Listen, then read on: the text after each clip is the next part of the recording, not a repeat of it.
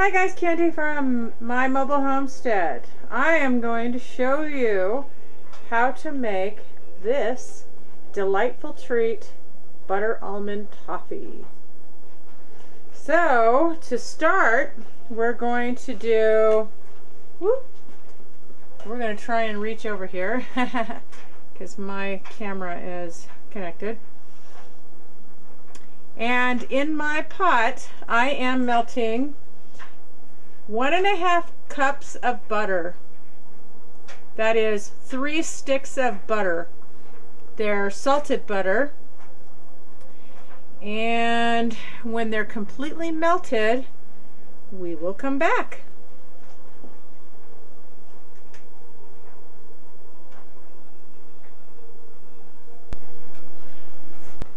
Now that the butter is completely melted, I am going to add 1.5 cups of sugar. Then I'm going to stir the sugar in until it is completely, it looks kind of crystallized. It won't completely dissolve, but it'll be completely like incorporated, and then it'll almost kind of look more clear, I guess. Kind of hard to explain because it's not going to completely dissolve, but it's just enough so that it gets, and then you'll scrape the edges and you'll get it so that it's just, you know, all looking kind of smooth, I guess is the word.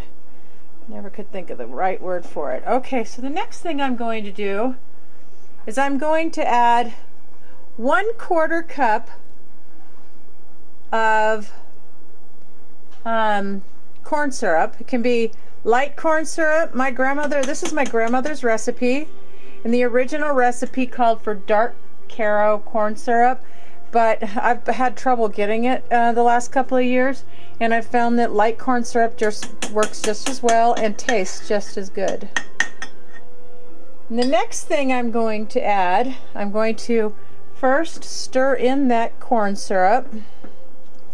You don't have to do that. You don't have to stir in between, but this is the way my grandmother taught me, so I stick with the old ways, or her ways.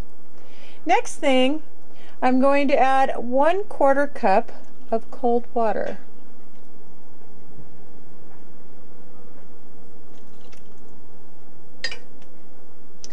Now that's it for these ingredients.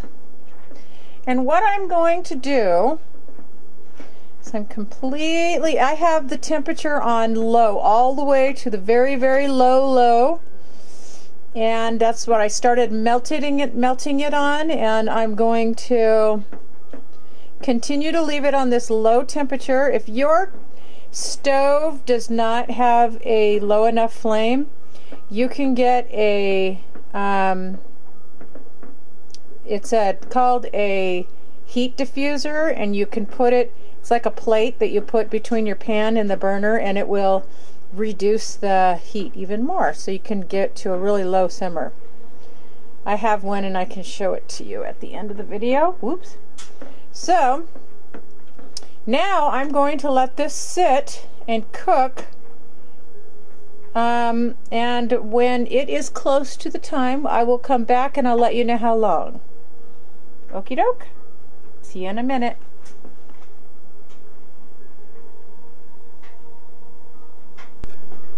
In the meantime, I have a big cookie sheet covered with foil, and then I have toasted almonds sprinkled.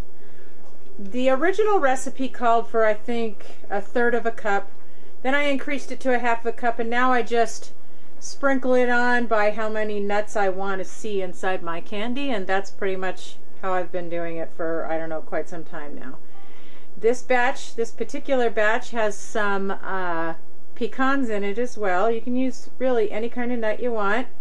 I recommend toasting your nuts. It gives it a much better flavor. And this allows, I can't lift it up right now, I don't want the nuts to move, but this allows me to lift it up out of the pan afterwards. I used to put the candy inside of 3 pie pans, and that's the way my grandmother showed me how to do it. But this I have found to be much easier, much faster, and I'm always trying to simplify things. So I'll get back to you when we're closer to candy pouring. Okay guys, as you can see, it is starting to darken. It's not quite ready yet. We are going to cook it until it reaches hard crack stage. I do not have a candy thermometer. I have been making this for such a long time that I just know by the color. But I'm going to show you another way to test it in addition to showing you the color, in case you don't have a candy thermometer either.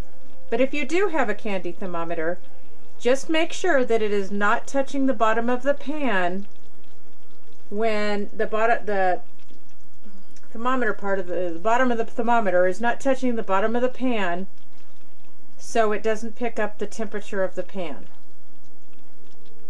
So we will come back in a moment. Oh, just to let you know real quick, here we go. Trying to do this and holding the camera is quite interesting.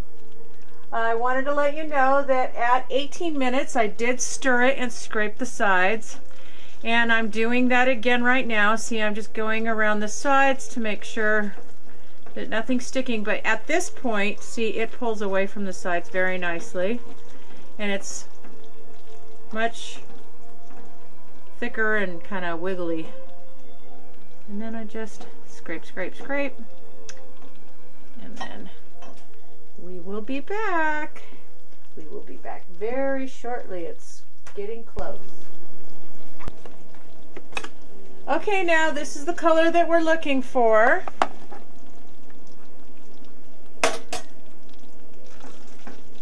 Very, very nice, caramely looking. It's about the color of caramel. Now, what we're gonna do, my cameraman is at work, so I'm doing this by myself. Let's see how I do. We take out a little bit of the candy, and we're gonna drop it into some ice water. Little drops if possible. Try to make sure that that's about as all you have. There we go. Then, taking the same spoon, we're going to stir it a little bit to make sure it's nice and gets hard. Then I'm going to taste it. You hear that? Crunch, crunch. That means we're done. Okay. So now this is the time when we need to move quickly. I'm going to put the camera on the stand.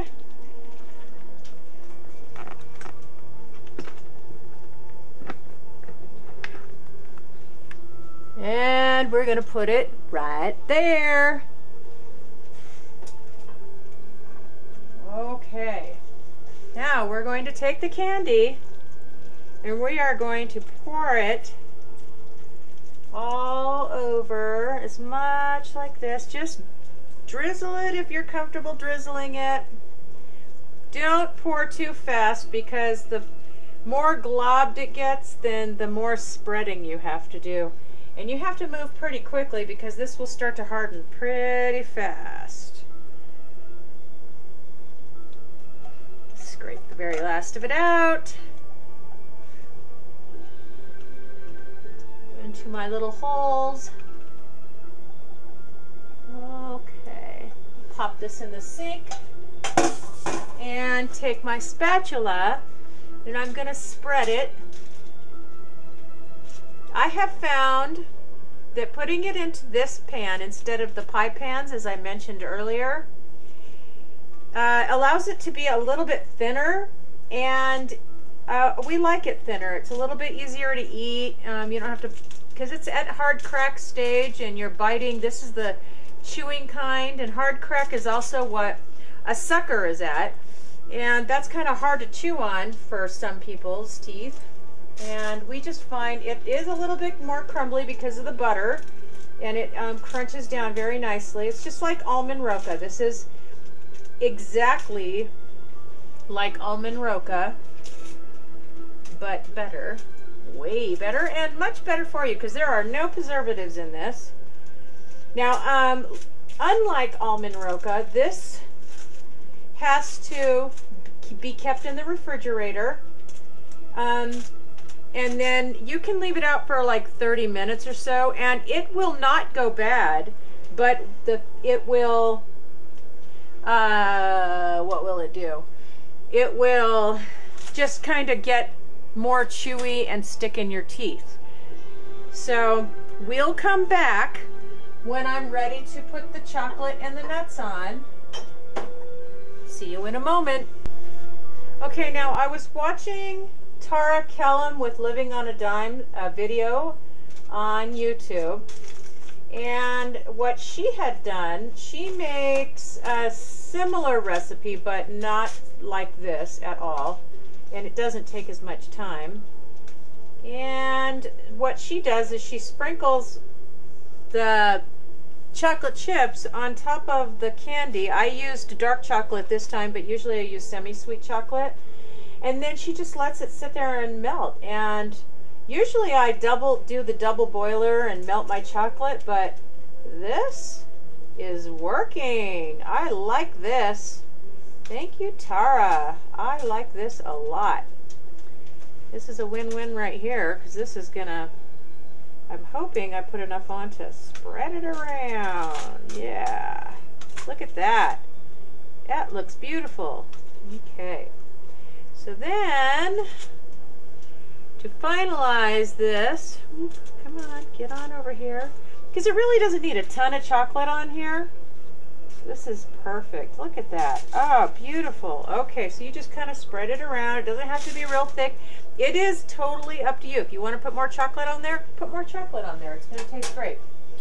Either way, it's going to taste great. So then what I do is I take the toasted almonds that I sprinkled in the bottom of the pan, and I put them in my hand and I crunch them into a powder, and they're going to, not a powder, but just crunch them real small. And a couple dropped on here, and that's just perfectly fine. And now I'm going to sprinkle them on. Get a few more. Squish, squish. Crunch, crunch. And then sprinkle, sprinkle, sprinkle. And this is not a measured amount. This is a desired amount. I like to have toasted almonds on the bottom and toasted almonds on the top. And pretty much a good sprinkling of it. I'm going to put a little bit more. I'm down to the ends of my almonds. But that's okay, because this is hopefully the last batch. I think I've done like 10 batches or something already. I've made some for work, I've made some for friends, I've made some for family. It's just like, I'm done. Christmas is right around the corner, and let's just stick a fork in me. I'm done. Okay? There you go, guys. How's that look? I like it. That looks awesome. So the next thing I'm going to do is I can take this whole entire pan and pop it in the refrigerator, or, oh, not while it's soft like this, of course. That was kind of dorky of me. Usually I wait till it's more solid. Yum. Okay, so, and you can put it in the refrigerator when it's still hot, or you can wait for it to cool off some more, and then pop it in the refrigerator, and this will harden, and then I will come back for the final part to break it up and show you how delicious it is. See you in a minute. Okay guys, it's time for our final step. Now, I'm just going to fill up this big gallon-sized Ziploc bag. But when I'm ready to send them off to friends, I'll be putting them into these cute goodie bags that I got at Dollar Tree. How nice is that? They're really pretty. Okay, so now then all I do is I peel back the foil, and it's not gonna, I mean, it could stick a little bit, but it's not gonna not come off because it's just butter. It's not gonna stick to it real bad or anything. This one's sticking worse because the foil came right up to the edge, but normally it comes right off. It doesn't stick. And then when you start to break the candy apart, see, it just comes right off. This, I have not ever had to deal with this before, but of course I picked this one. Here we go. There. Alright. The other side won't do it at all. Like I said, it's because that one was at the very edge, so see, this one will not do it. It's going to peel right on back and won't be a problem whatsoever. Except for that one part that came right to the edge. See now? It's making a fool out of me. Okay, well, it'll come off the other direction. Alright, so as a matter of fact, we'll just break it off right here and it'll come right off. See? There you go. Came right off. And then I just break it up into pieces.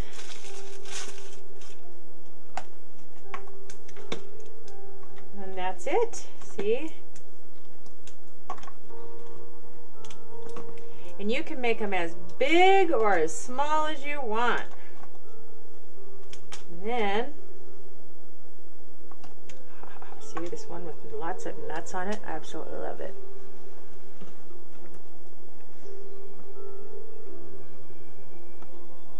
Yeah. For the taste test.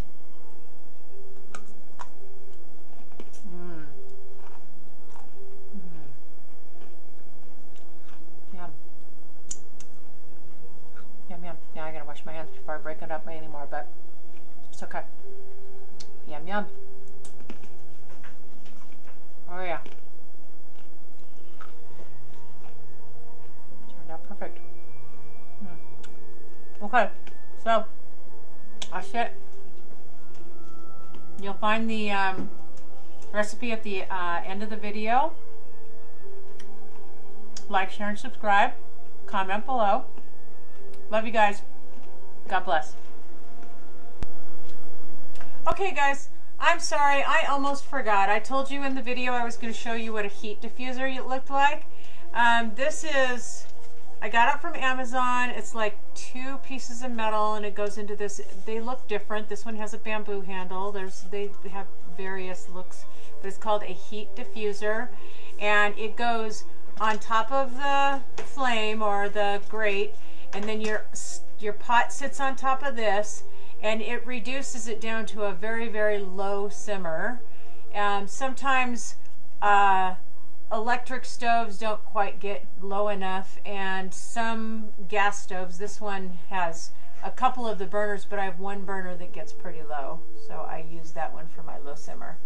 Anyway, this is a heat diffuser, so check it out on Amazon, and that's about it. Thanks. Love you guys.